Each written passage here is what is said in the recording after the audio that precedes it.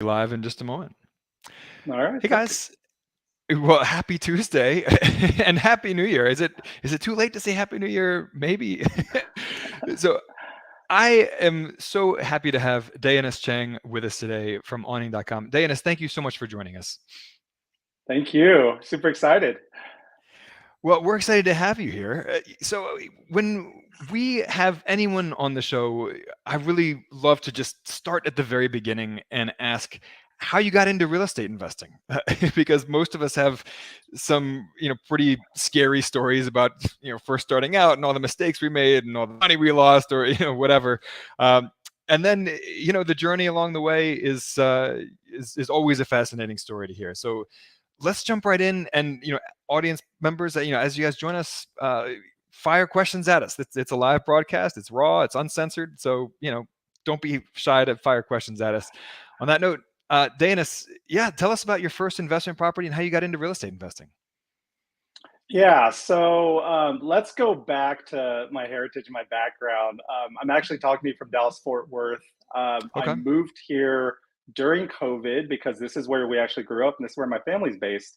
And my parents immigrated from, were Chinese heritage, immigrated from Okay. Taiwan to Fort Worth, Texas. A lot of people are like, how did they end up there? My dad ended up getting a scholarship to TCU, which Okay. lost, but made it pretty far in the championships just yesterday. But basically, they immigrated here. They had very humble beginnings. My dad was a teacher. My mom worked in a factory and in the daycare. And they saved up a lot of money. And with that money being saved, and I'm being a little bit nice about it. They were really, really cheap, and they saved up. It's a They fine saved line between frugal and cheap. frugal and cheap. I think they were pretty cheap, and that's kind of the ongoing joke. But I can say it. So they saved up as much money as they could, and they had the big American dream of buying their first house. So they bought a first house, and in Fort Worth isn't a tiny town, but it's not massive either. Let's rewind all the way back to the 70s, but they basically purchased the house, I think, for like $30,000. And my siblings were born, I was born. They saw another house come on the market, I think a couple of years later, on the same street. It was a little bit better. They decided they wanted to purchase that house, but rather than selling that last house, they ended up renting it out. And long story short, this became something that they kind of hacked and repeated over and over again. And so I grew up around all of that when I was, I don't know, as young as like 10 or something like that. I remember visiting these rental properties with my parents and actually like fixing toilets. Actually, I was probably just playing around, but I ended up learning and started, work on fences, fix toilets, all that good stuff. So it was just part of my DNA. Ended I up love it. going to University of Texas, graduated with a degree in finance, and started going in that entire path, working in technology and a few other areas. But um, what the big thing my parents ended up pushing towards me was, go get your first house, but get it as early as possible. And right when I graduated, I ended up working for Deloitte Consulting. And I remember getting so excited because they gave me a signing bonus. And with that signing bonus, the big intention was I'm going to use that to go purchase my first house. So I was like, I don't know, 21, 22.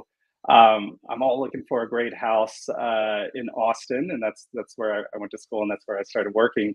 And I put my first down payment for a really humble kind of house, kind of in the outer skirts of Austin, but still within Austin.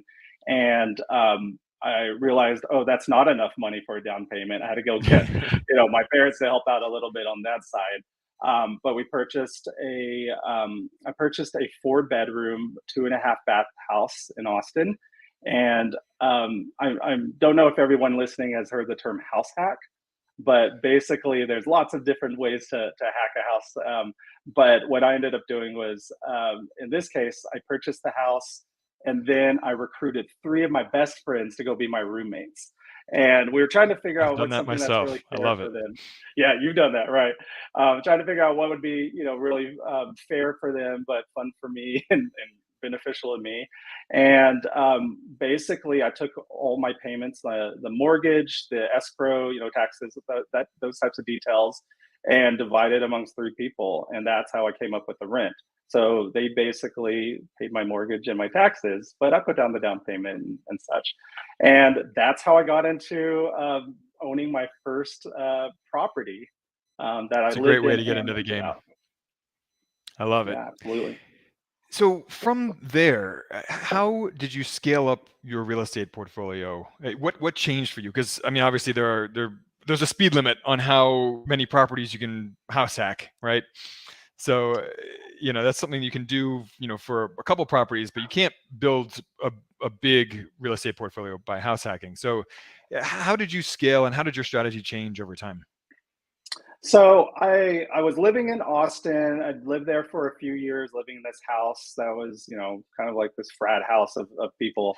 And at some point, I started focusing a little more on my career. I started working for a home builder called Pulte, Okay. and did a little bit of work for them, and then ultimately ended up getting recruited to work for Lennar, which is another large home builder based in the Bay Area. And I basically was like, okay, I'm going to go get paid, twice as much and make a lot of money and moving to the Bay Area. But then I realized, whoa, well, houses were like literally 3 to 4 times as much at the Crazy time. expensive. Yeah. Um, yeah, exactly. And so I was kind of bummed out that I didn't feel like I could afford a house to go, buy and then go do this house hack thing. I ended up renting a place, but I still was making, money and saving. So I decided to actually go buy another investment property. And I didn't know the Bay Area well enough, but I knew Austin pretty well. So I looked for another property there, not too far from the property that I currently owned. I found a renter for that property, found this other property that wasn't too far, and purchased that. The specs are almost exact: 4 bedroom, two and a half bath, a few blocks from each other. But I knew I could go rent that thing out. So I ended up taking an investment loan, I believe, at that time. So it was maybe an extra percent point on top of that. But I saw that I could at least, break even or cash flow positive a little bit, and it just seemed like a no-brainer to me. Yeah, I mean, Austin, as you know, has become a very expensive housing market. Yes. I'm not sure when you were buying there, but it was probably still somewhat expensive then, but still easier to find cash flowing properties in Austin than in the Bay Area, where it's almost impossible to find rental properties that cash flow positively.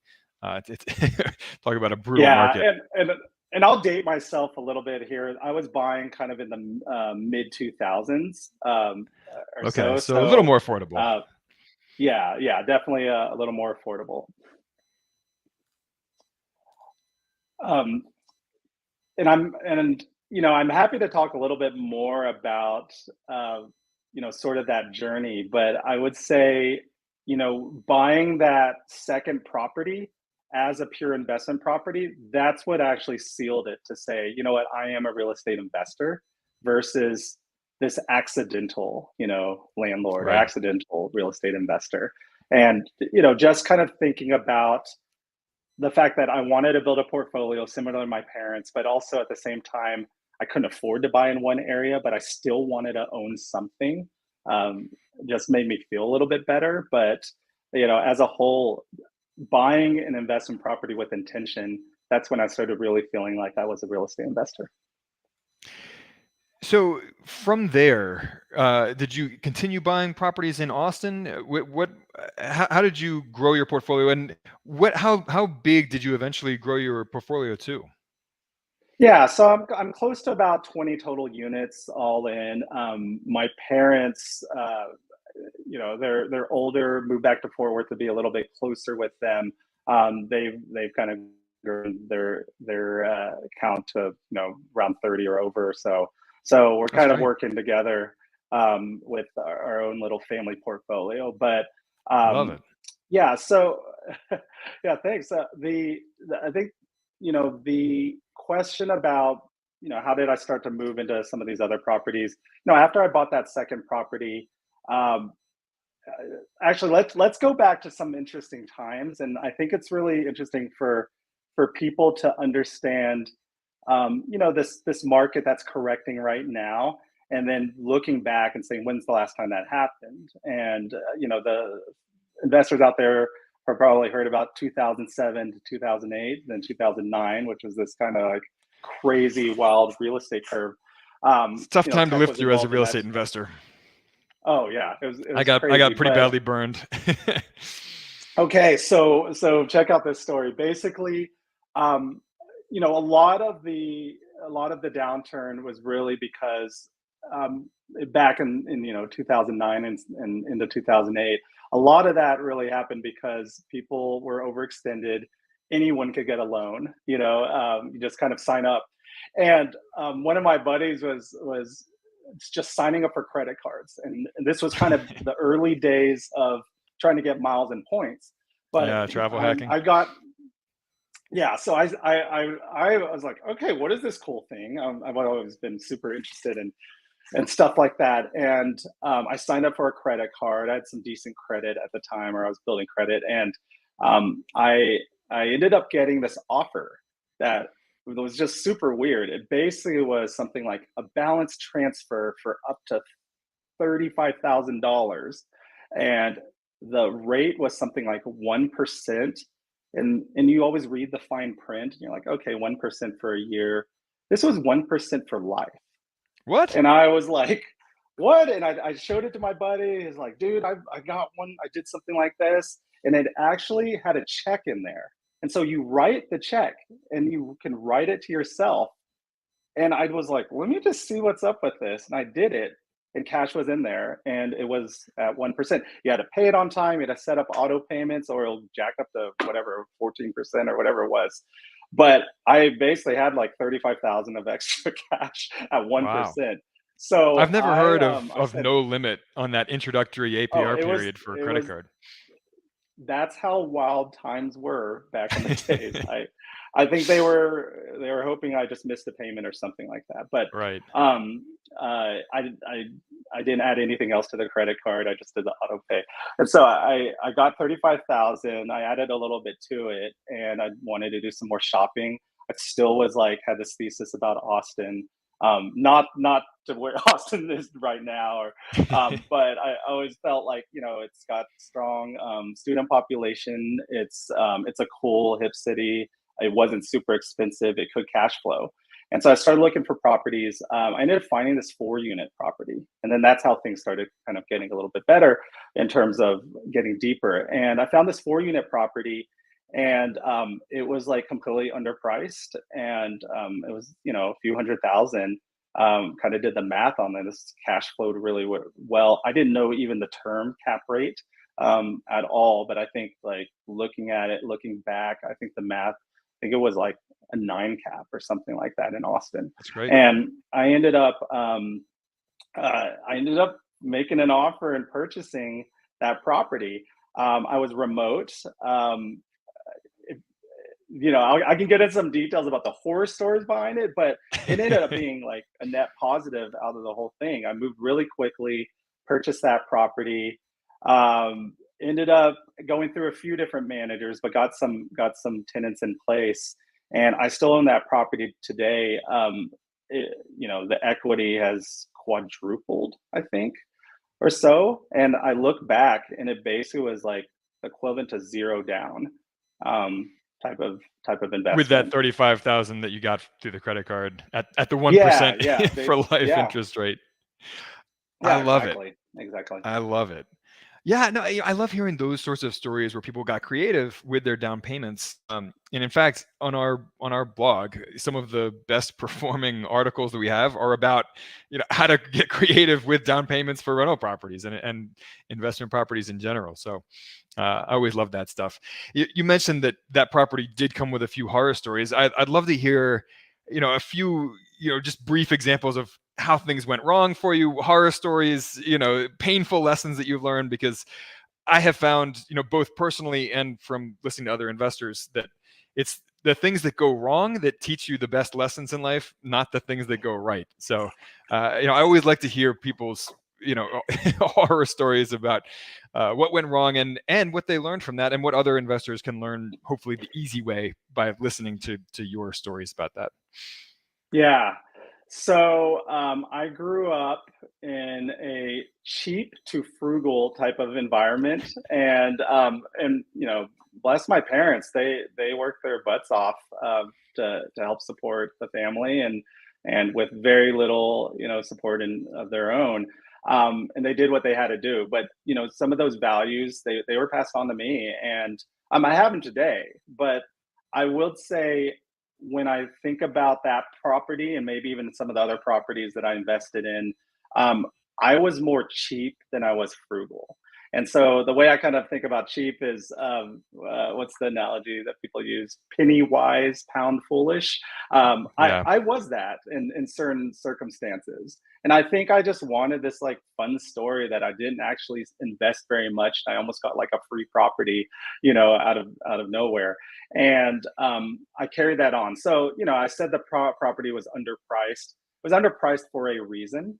Okay, Mm, it wasn't just I got lucky and stuff. I think it was a mix of luck because I was able to find this really great property, but it was also underpriced for a quick sell, and there needed some rehab to be done. So I went around just kind of find and ask, who's somebody that you can trust to do some of the rehab, renovation associated with that. And I got all these numbers that were like a lot more than I wanted to spend, tens of thousands of dollars.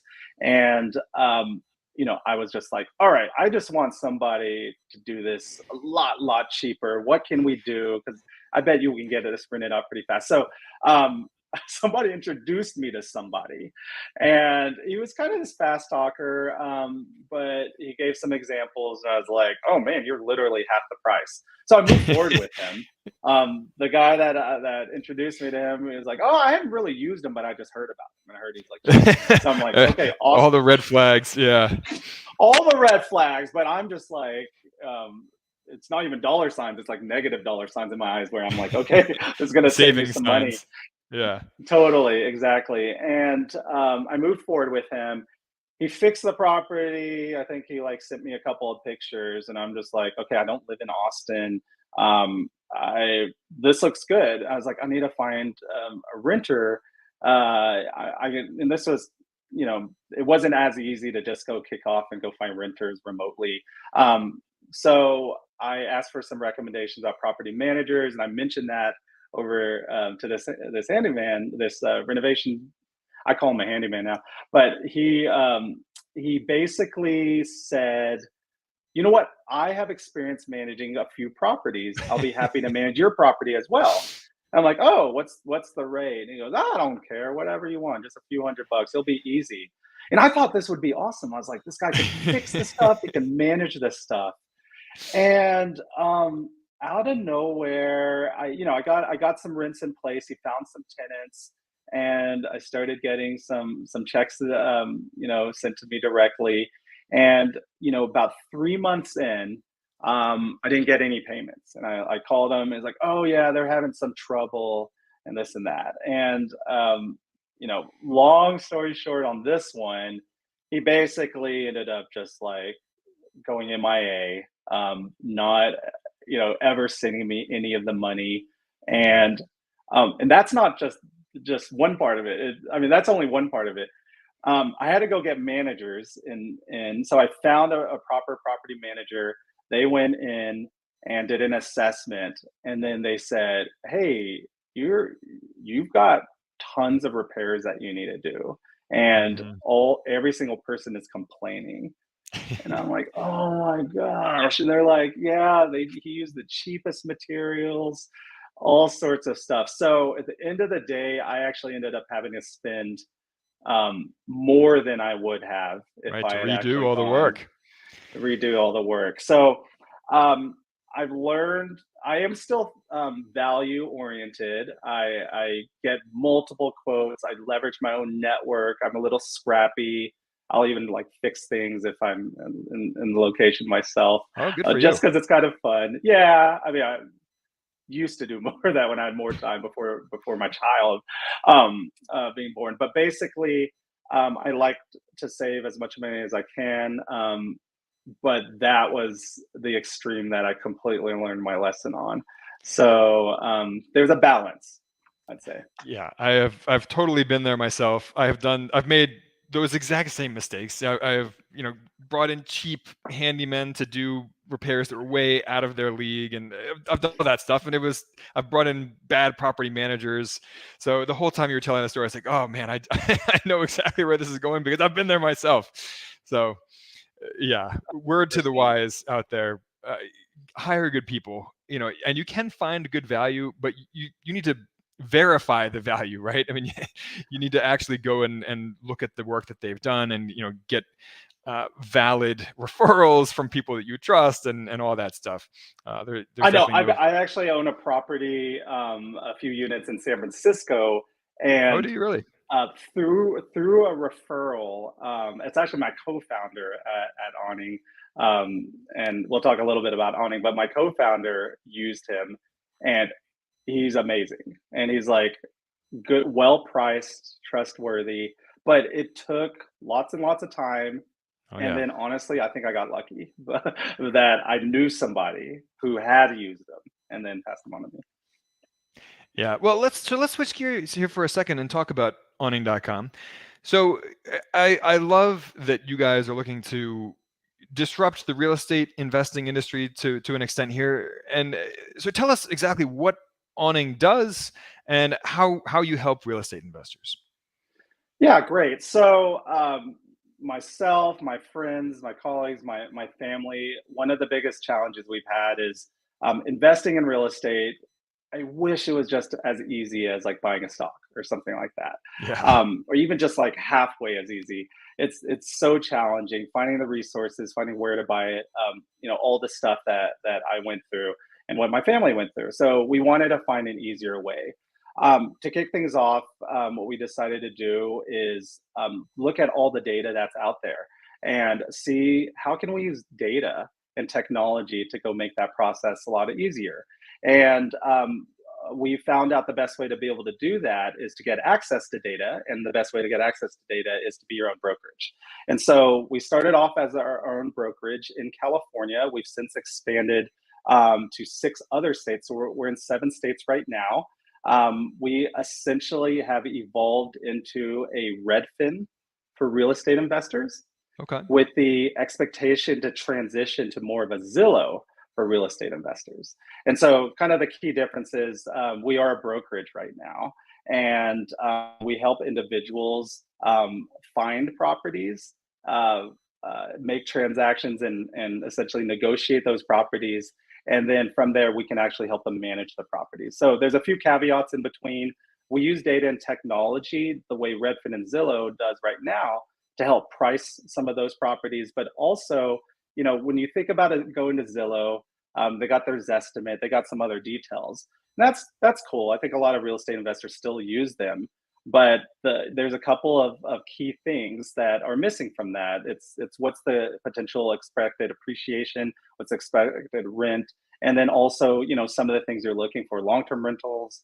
Um, Really trying to understand the demographic, the types of renters that are going to be there, short-term rentals. What does it look like if you were to have short-term rental occupancy? What does the income look like? The expenses associated with that. So we gathered all of that and then basically hand it over. So if there's a property that's on the market, you can search for that property. If it's not on the market, we can also give you a short-term rental kind of estimate associated with it. But basically, we're able to calculate cap rates, potential returns associated with that, and give you the ability to actually sort and look for certain properties that have certain types of returns. And then based on all of that, you can like those properties. And then we have full client service teams that end up helping you hold your hand to go purchase that property and do the negotiation. We started off, a few years ago with a bigger focus on long-term rental, but the market has shifted and people are looking for more yield. And so we've gotten more and more people really asking and requesting for more short-term rental support. So we have shifted more of our focus to be on short-term rental. As part of that, we tried our best to go partner up with some really great short-term rental property managers. We didn't have a whole lot of success, and then basically we were like, you know what? Rather than handing them over to someone that is going to hurt their return, why don't we do this ourselves? So we've also built property management for short-term rental into our offering, which we have in-house using, again, data and technology to help create a little bit more of an edge. So let me ask you this, since we shifted for a moment here to talk about short-term rentals. I've heard some analysts express some concern and skepticism over where the short-term rental market is going. The thesis basically being that there's an oversupply of short-term rentals on the market right now. That the market just got flooded in the wake of the pandemic. And one piece of evidence that they point to for that is that for the last 8 months, occupancy rates for short-term rentals and Airbnb have been steadily declining. So I'm curious to hear your thoughts on that. As someone who sounds like you're bullish on short-term rentals in general. Yeah, so there are definitely higher supply than there was before. Um, and the thing that we've noticed is, anything that as just like basically too good to be true type of situations, which we saw a lot of. And so myself, I got a little bit lucky. My family members and a lot of other people, we tried out short-term rental pre-COVID, and it was decent. It was good. It was good. Suddenly, COVID ended up happening. I think everybody knows the story. Everyone locked down. They wanted more space, and everything just started skyrocketing. What we started to see is a bunch of people wanting to cash in on that and get involved. But some of these people didn't really think about it as um, a pure investment type of play. They wanted to, be involved in that type of property, living in it as well.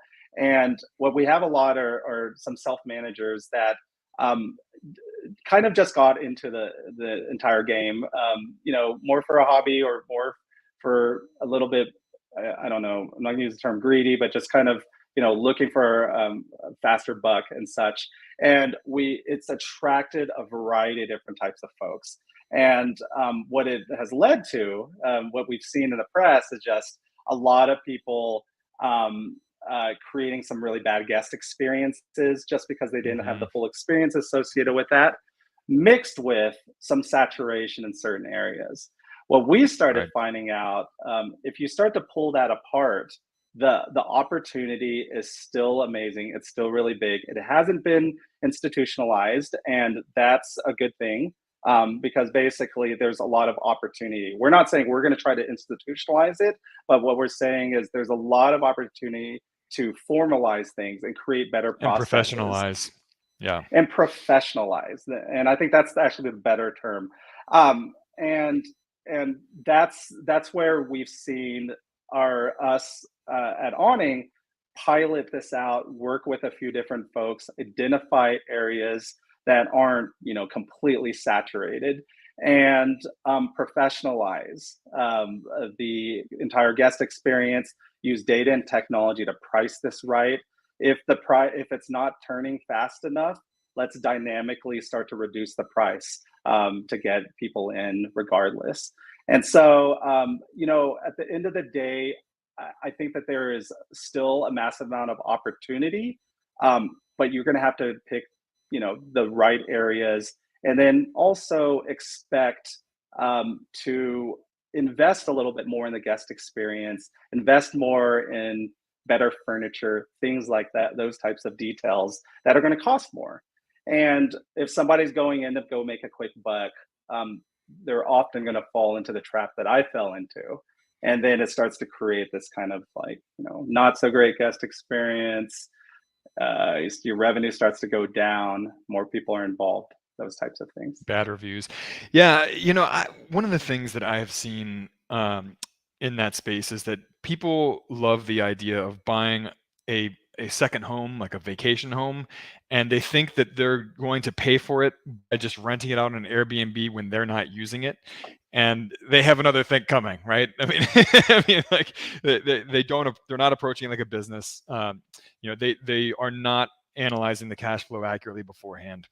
So anyway, I'll get off my high horse there about about that. But it sounds like that's what you've been seeing as well. Is that a lot of people just get into it without approaching it with the professionalism that they really need to consistently earn positive cash flow with it. So, as someone who is in the real estate investing technology space, I'm curious about your thoughts on how you see technology changing real estate investments moving forward. Both in the short term, over the next year or two, and longer term, through the end of this decade. Yeah, a lot of the old school real estate investors, some of them became accidental, a lot of them pre technology, my parents included, um, would put signs out and kind of estimate what felt right, in terms of what those rents are. Now we have data and technology to go make things a lot more efficient and have longer and broader types of reach. And so I think as a whole, efficiency is kind of the key to everything. When you think about the way you've traditionally bought a property, and this isn't for everyone that's listening today, but how it's been in the past is you talk to a trusted real estate agent that someone that is referred to you by another friend, and what we end up finding out is vast majority of those people literally, and we did some research on this, it's over 95% of real estate agents do not have a focus or deep experience in working with investors. And Right. um, and because of that, they can't take it from that more of a business ROI type of mindset. And so, with other companies like Awning, um, being able to have that data, aggregating it more an investor type of focus, we can make smarter decisions. And you can do that on your own. Again, leveraging our site to be able to identify what's the highest cap rate type of properties that we estimate out there, or even working with a company like us or others that have more experience in the investment world. We have seen more technology companies, but also just the real estate industry start to shift and build more support for real estate investors, and that's something that's amazing and great. But there's still a lot more opportunity associated with that. But I mean, back in the days when I just started investing, I think Redfin and Zillow was just like brand new, and I just thought it was the very coolest thing, and I just kind of used it in a way to get a little bit more of an edge against other people. Now, there's a lot more opportunities that have ways to, even predict pricing, be able to pull aggregated rents. What does that look like? And then, allow you to make smarter decisions. I also think, at least in the short-term rental type of world, because there's so many additional factors, it was always, more challenging. Like you're talking about seasonality, those types of details. Again, there's a number of tools out there. We leverage some of those, both proprietary and working with partners to help predict what that pricing could be based on factors that could change on a daily basis. But just imagine how you used to do that even just a few years ago. Sure. A Yeah. I lot mean, of if guess. you're yeah, if you're in a town that has like a big event, right? Like if you're in Augusta, Georgia, and you have the Masters golf tournament that once a year just spikes all the all the short-term rents and nightly rates. That's something that it's helpful to have good data on that going back, so you know how to price your Airbnbs and so forth. Um, and one other way that I've seen technology really change real estate investing over the last 6-7 years is we've really seen a lot more long distance investing. Yes. Like what I mean, you were actually doing this a decade ahead of the curve with that. Living in the Bay Area and investing in Austin, but it's just gotten so much easier to buy properties long distance nowadays with virtual tours and with all the good data available and platforms like Roofstock out there. Uh, yeah, and that so we've actually nationwide there's been a huge jump in the number of sight unseen investment properties bought long distance by investors. Uh, so yeah, it'll just be curious. It'll be interesting to see what kind of trends like that we see over the next decade. Yeah, yeah, that's a really good point. I think 95% of our clients that end up purchasing properties with us do not go see the property first. We've Oh set wow. up a number of different avenues where we leverage, on the ground types of teams to do video tours and do inspections and things like that. But the level of fidelity that we're able to offer through that is fantastic. But that wasn't possible back in the day. So much of it was like trusting a person, and even at that time, how much trust do you want to put into one person if it could have some big risk associated with it. Absolutely. Well, Danaus, thank you so much for joining us today. We've put a link to Awning in the comments. How else can people reach you and connect with you about what you guys are doing over at Awning? Yeah, Awning, it's awning.com. So feel free to reach out directly there. We even have a phone number. You can kind of surf around. We have got a bunch of really great free tools that do some pricing. Go check that out. You don't even have to fully register to get access to that.